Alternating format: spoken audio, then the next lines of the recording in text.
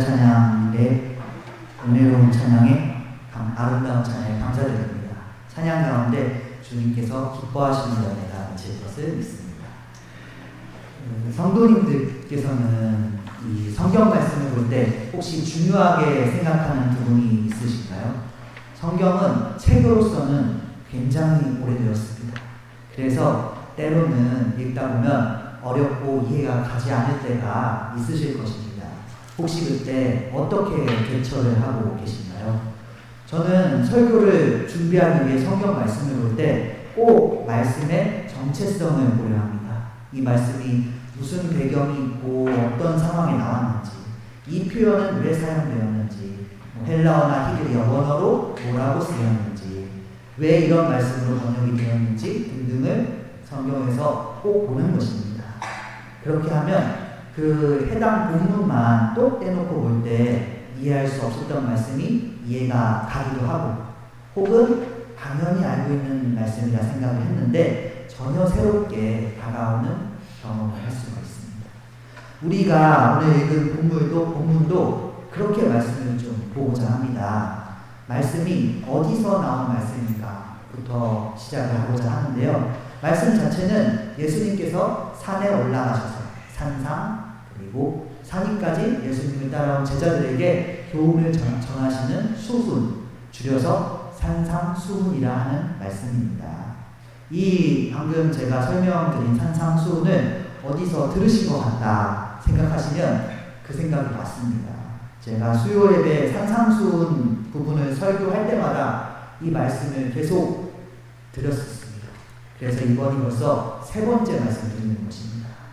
산상수훈 자체는 마태복음 5장 1절에서 시작을 했는데 찾아보니까 8월 첫째 주에 우리가 산상수훈 본문으로 들어갔습니다.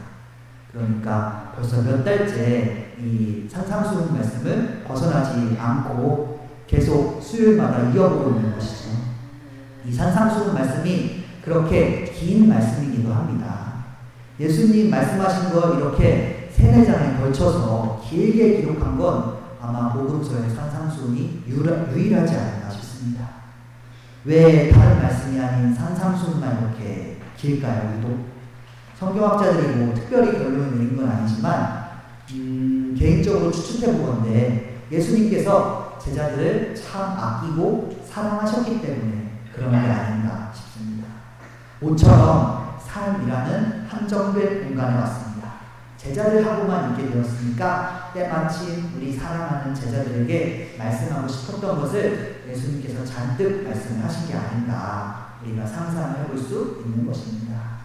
우리가 잊어서는 안 되는 사실이 하나 있는데요. 오늘 말씀을 듣는 우리들도 예수님의 제자들이라는 것입니다. 예수님께서 사도들에게 모든 민족을 제자로 삼으라 하셨던 것처럼 거기서부터 이어지는 그 복음을 듣고 전할 사명을 받은 우리들 역시 예수님의 제자들임을 믿으시기 바랍니다. 오늘 말씀 들으시는 성도님들 모두 예수님께서 우리 제자들을 위해서 특별히 주시는 말씀을 받으시고 주님의 음성을 듣는 은혜가 있기를 소망합니다. 오늘 말씀은 기도와 아주 연관이 깊은 말씀입니다. 몇 주 전 제가 마태복음 6장에 있는 주기도문에 관한 말씀을 전한 적이 있습니다. 예수님께서 제자들이 기도를 통해서 주님께 향하게 바라셨습니다. 기도라는 통로를 통해서 주님께 나아가고 주님의 뜻에 자신을 맞춰가기를 원하셨습니다. 그래서 주기도문을 가르쳐 주셔서 제자들의 영적인 방향이 하나님께 향할 수 있도록 도우신 것입니다. 쉽게 말해 기도로 주님과 주파수를 맞추길 원하셨습니다. 그때 선포된 말씀으로 이 기도라는 게 우리의 주파수, 즉 영적인 방향이 있는데 그걸 주님께 맞춰가고 단순히 하나님께 내 탐욕과 욕심을 막 졸라대는 기도는 이방인의 기도라고 했었습니다. 그런 기도가 의미가 없는 건 아닌데 제자, 즉 예수님의 사람이 되어갈수록 우리의 기도가 예수님이 가르쳐주신 기도에 가까워져 가야 한다. 이렇게 말씀을 전했었습니다. 근데 이 지난 말씀을 이렇게 요약을 하고 보니까 기도에 대해 이렇게 의문이 들 수가 있습니다. 내가 바라는 것이나 소망이 있는데 그걸 하나님께 기도를 구하면 안 되는 걸까요? 그건 바른 기도가 아닌 걸까요? 이렇게 물 수 있겠습니다. 어디까지가 내 욕심이 담긴 기도이고 어디까지가 주님께서 간구하시길 바라는 기도일까요? 이 질문에 답변을 하기 위해서 주기도문에 있는 내용을 조금 상기하고 넘어가야 할 필요가 있습니다. 마태복음 6장 11절을 다 함께 읽어보겠습니다. 오늘 우리에게 필요한 양식을 내려주시고. 아멘. 이 말씀대로 우리에게는 그 하루의 양식과 같이 이 세상을 살기 위해서 꼭 필요로 하는 것들이 있습니다.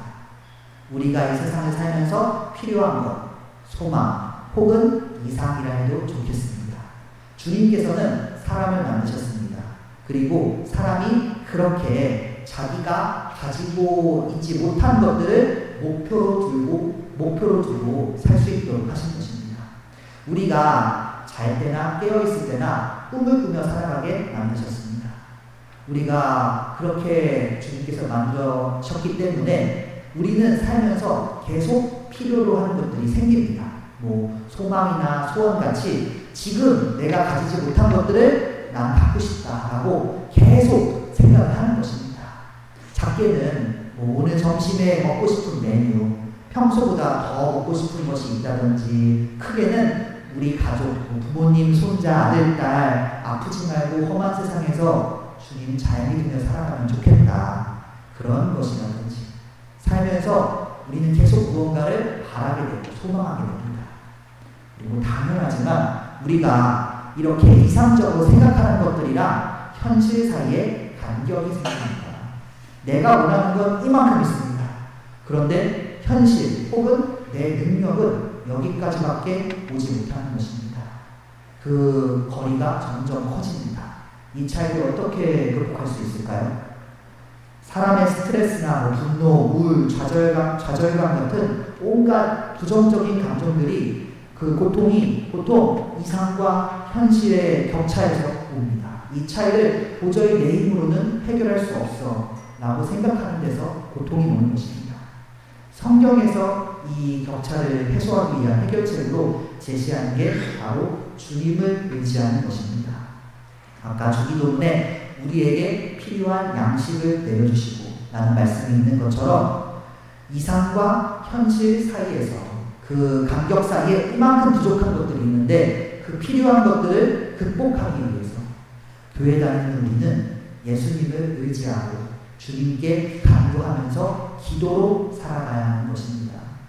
오늘 우리가 읽은 본문은 우리가 그렇게 예수님을 의지하면서 심지어 아주 당연하고 아주 필요한 것들을 구하는 데에도 예수님을 의지하면서 살 수밖에 없는 존재이고, 필요한 건 주님께 간구하며 부르짖는 게 정답이다 라는 걸 제자들에게 확실히 알려주는 말씀입니다. 우리 본문 7절 말씀을 함께 읽어보겠습니다. 구하여라, 그리하면 하나님께서 너희에게 주실 것이다. 찾아라, 그리하면 너희가 찾을 것이다. 문을 두드려라, 그리하면 하나님께서 너희에게 열어주실 것이다. 아멘. 아주 유명하고 많은 사람들이 좋아하는 말씀입니다. 주님께 구하면 주님께서 주실 것이고, 찾으면 찾고, 두드리면 열릴 것이라는 이 본문은 특히나 뭔가 구하거나 찾는 게 있는 사람들에게 아주 큰 은혜가 되는 말씀입니다. 특히 간절히 이루어지기 바라는 목표를 가진 사람들, 수능이 얼마 남지 않았는데 수험생 혹은 사업가 같은 사람들에게 이 말씀은 꿈과 희망이 되곤 합니다. 물론 그게 아니더라도 이 세상에 바라는 것이 없는 사람이 어디 있겠습니까? 소원이 없는 사람이 또 없겠습니까? 예수님께서는 우리에게 말씀하십니다.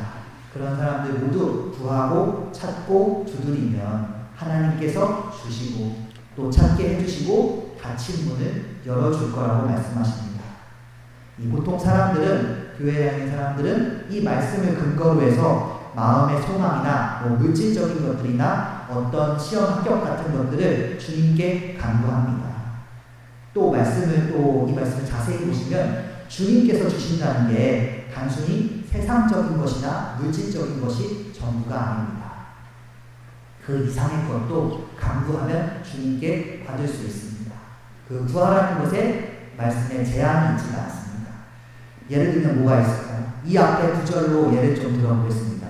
이 본문 앞에 5절과 6절이 있는데요. 길어서 읽지는 않고 좀 보기만 하면은 5절에서는 그 남 눈앞에 있는 티를 잡아내기 전에 먼저 네 눈에 있는 들보를 빼내야 한다는 말씀이 있었습니다. 6절에서는 거룩하고 귀한 것, 그 진주를 개나 돼지에게 주지 말라, 이렇게 말씀하고 있습니다. 이 말씀이 나온 다음에 우리가 읽은 구하고 찾고 두드리면 얻고 찾고 받을 것이라는 말씀이 나오는 것입니다.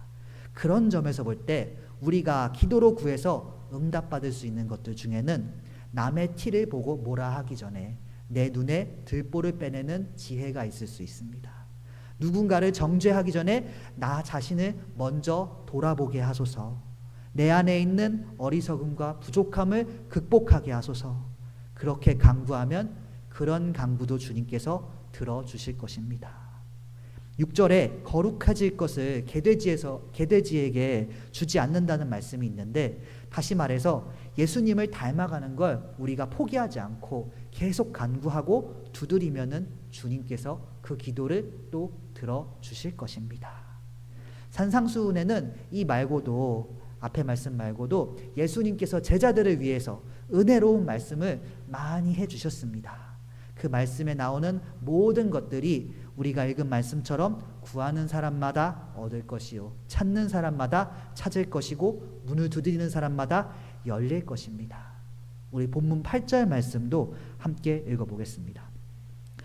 구하는 사람마다 얻을 것이요, 찾는 사람마다 찾을 것이요, 문을 두드리는 사람에게 열어주실 것이다. 아멘. 구한다는 건 무엇일까요? 어떤 것을 가지고 싶다는 마음이 들었다는 것입니다. 찾는다는 건 그 말씀을 실현하기 위해서 구체적으로 행동으로 옮기는 것입니다. 문을 두드리는 건 그렇게 찾던 것들에 문 하나를 두고 있을 만큼 가까이 왔다는 것도 그런 뜻도 됩니다. 이 세 가지 단계 중에서 어느 부분에 도달을 하였든지 간에 하나님께서는 우리가 간절히 찾고 구하면 그 기도에 응답하실 것입니다. 그리고 뒤에 말씀을 보면 그냥도 아니고 가장 좋은 것으로 응답하십니다. 우리를 사랑하시기 때문입니다. 본문 11절 말씀을 읽어보겠습니다. 너희가 약해도 너희 자녀에게 좋은 것을 줄 알거든 하물며 하늘에 계신 너희 아버지께서 구하는 사람에게 좋은 것을 주지 아니하시겠느냐. 아멘. 사람이 보통 자녀에게 좋은 것을 주려고 합니다. 하나님께서도 사랑하는 자녀인 우리가 간구할 때 가장 좋은 것으로 주시려 하실 것입니다. 혹시 부모가 자식이 어떤 걸 원할 때 가장 잘 들어주시는지 알고 계신가요? 여기 대부분 다 아닌가요? 거의 다 부모님이실 텐데 정답을 짐작하실 것 같습니다. 자식이 뭘 원할 때 가장 잘 들어주시나요? 저는 자식의 입장으로서 확실히 말씀드릴 수 있습니다. 부모님은 그 부모님의 뜻이 제 뜻과 일치할 때 가장 소원을 잘 들어주십니다. 좀 그게 저한테 조금 안 좋은 것이라도, 나쁜 것이라도 그 부모님의 뜻과 제 뜻이 일치하면은 부모님께서는 어지간하면은 자식의 소원을 이루어 주시려고 합니다. 자식 입장에선 그랬습니다. 부모님의 입장에서는 어떤지 모르겠습니다. 근데 하나님 아버지도 그렇습니다. 우리가 기도하며 구할 때 그게 주님의 뜻과 일치하면 그건 받을 것입니다. 주님의 뜻이 몰라 주님의 뜻을 알려달라 찾으면 찾게 될 것입니다. 하나님의 나라 문을 두드리면은 그 문은 반드시 열릴 것입니다. 그냥 찾고 그냥 받고 열리는 게 아니라 가장 좋고 가장 온전하고 가장 은혜로운 것으로 우리에게 주어질 주님의 은혜를 믿으시기 바랍니다. 그럼 이제 여기서 분위기를 환기해 보고자 합니다. 우리가 이 말씀에서 반드시 유의해야 할 점이 있습니다. 왜냐하면 이 오늘 말씀은 어떤 경우에는 오해를 굉장히 많이 사는 말씀이기 때문입니다. 어떤 분들은 이 말씀을 보면서 그 하나님을 무슨 소원 들어주는 램프의 요정처럼 생각을 합니다. 왜 구하면 주신다 해놓고 내가 원하는 것을 주지 않냐고 주님을 원망하곤 합니다. 세상에서 모두가 주님께 구해서 원하는 걸 다 얻을 수 있으면 얼마나 좋겠습니까?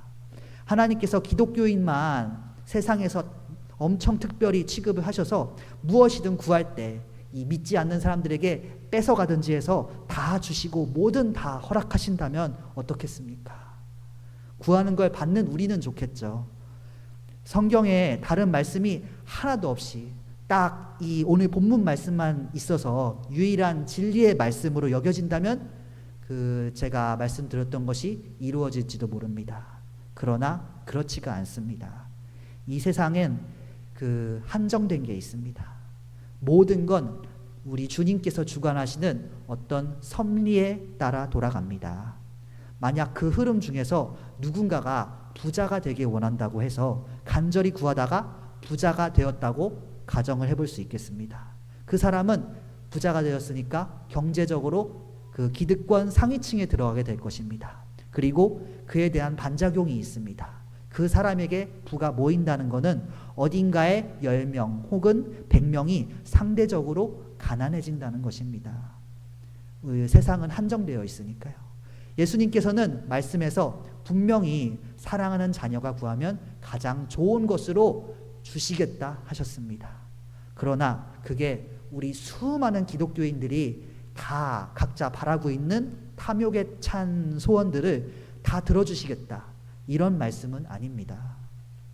영화에서 예를 들어볼 수 있겠습니다. 브루스 올마이티라는 영화가 있는데요. 영화를 당연히 보여드릴 수는 없고 여기 이렇게 포스터만 잠깐 가져와 봤습니다.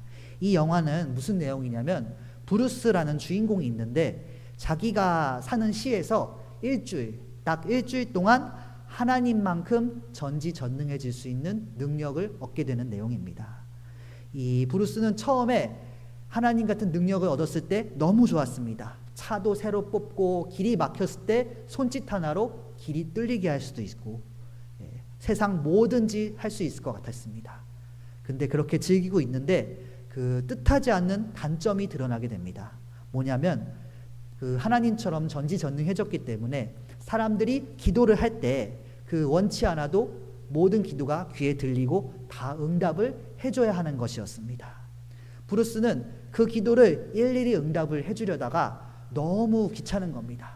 기도 때문에 도저히 일상을 즐길 수가 없어서 그냥 모든 기도에 다 응답이 예스로 되도록 해버립니다.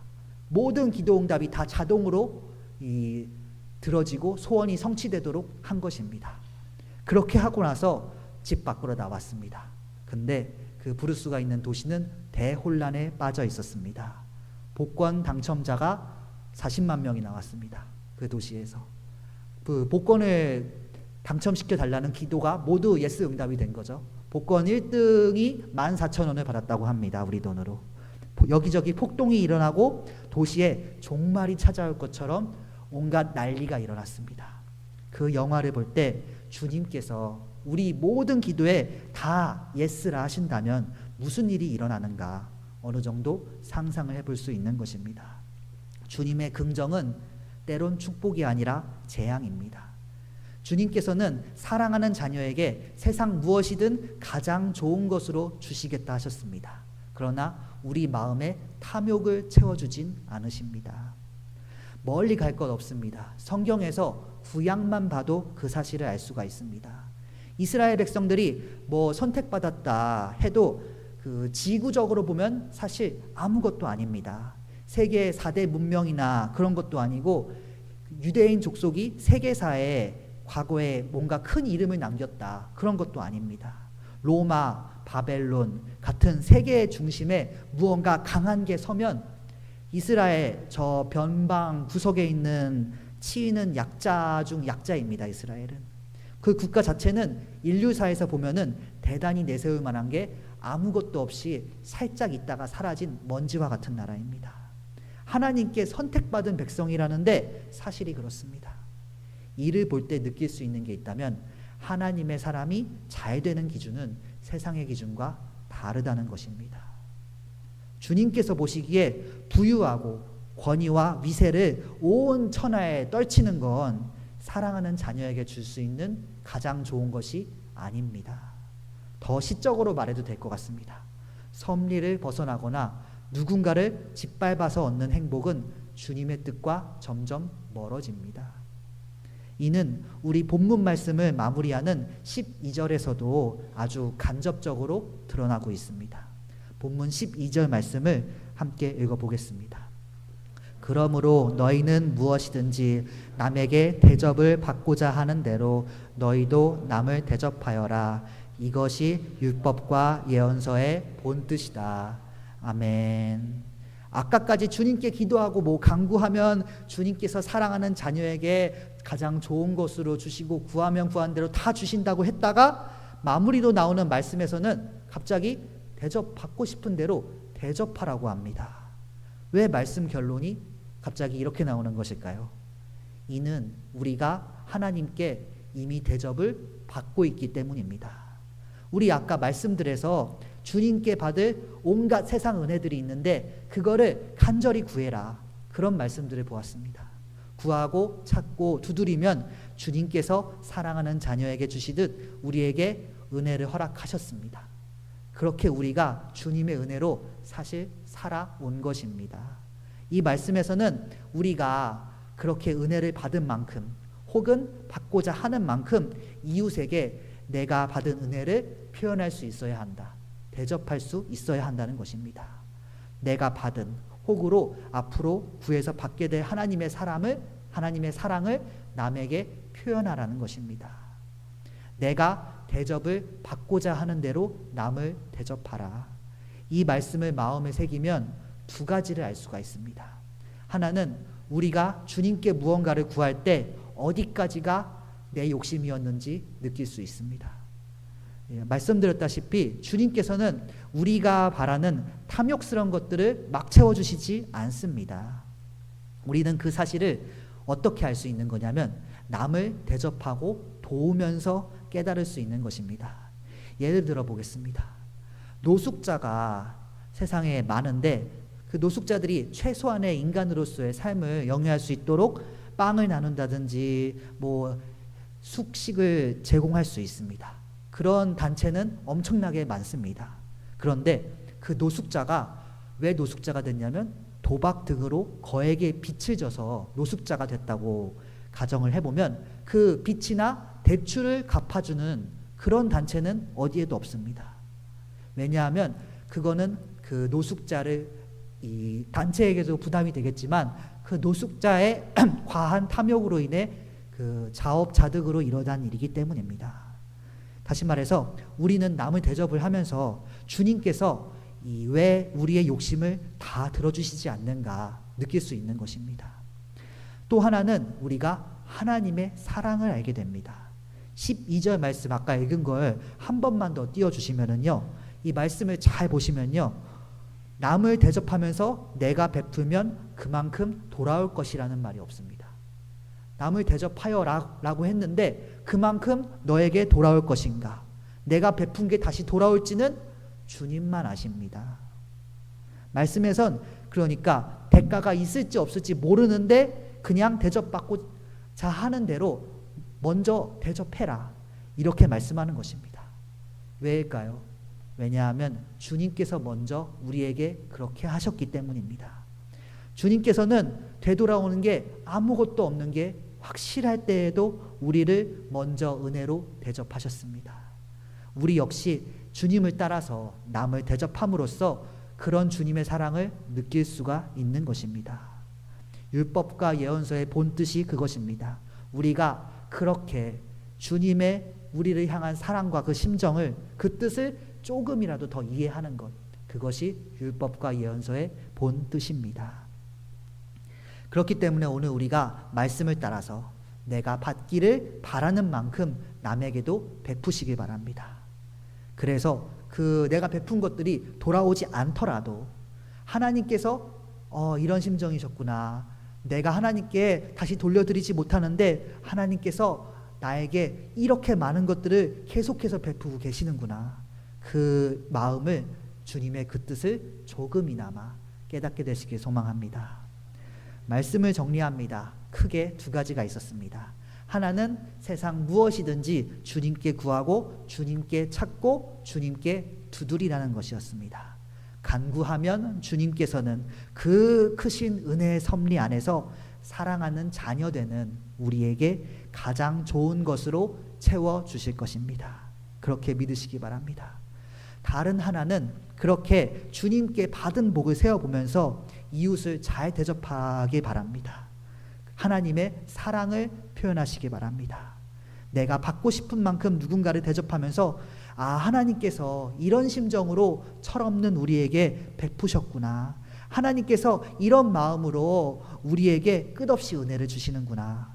그 크신 뜻과 이미 베푸시는 은혜를 조금이나마 더 헤아리게 되시길 바랍니다. 주님께 많이 구하시고 또 좋은 것으로 많이 받고, 오늘 설교 제목처럼 받고 싶은 만큼 베풀면서 그렇게 사는 우리 모두가 되길 간절히 소망합니다. 기도하시겠습니다. 우리를 사랑하셔서 자녀 삼아주신 주님, 주님께서는 말씀을 통해 우리에게 간구하며 살라 하셨습니다. 구하면 주실 것이고 찾으면 찾는 사람마다 찾을 것이고 문을 두드리면 두드리는 사람에게 열어주실 것이라 하셨습니다. 그저 우리를 사랑하시기 때문에 그렇게 하셨습니다. 사랑하는 자녀에게 가장 좋은 것을 주고 싶으셔서 가장 좋은 길로 인도하시길 원하셔서 그렇게 우리의 기도와 간구를 들어주시고 일용할 양식을 주시는 은혜를 베푸심에 감사드립니다. 말씀을 통해 응답해 주시니 그저 그 은혜에 감사할 뿐입니다. 우리가 주님의 그 한없는 이미 베푸신 은혜들을 알게 하여 주시옵소서. 내가 대접받고 싶은 대로 남을 대접하라는 말씀대로 남을 대접하고 이웃의 하나님의 사랑을 실천하게 하여 주시옵소서. 우리 주님께서 철없는 우리에게 얼마나 큰 은혜를 베푸시는지 느끼게 하여 주시옵소서. 우리에게 허락하신 하나님의 그 크신 은혜와 사랑을 헤아릴 줄 아는 지혜를 허락하시옵소서. 앞으로도 주님께 구할 것들이 많이 있습니다. 간구하고 주님을 찾고 또 천국 문을 두드리며 살게 하여 주시옵소서. 그 가운데 주님의 응답에 감사하며 주님의 사랑을 전하며 살게 하실 줄 믿사오며 살아계신 예수님의 이름으로 기도드렸습니다. 아멘.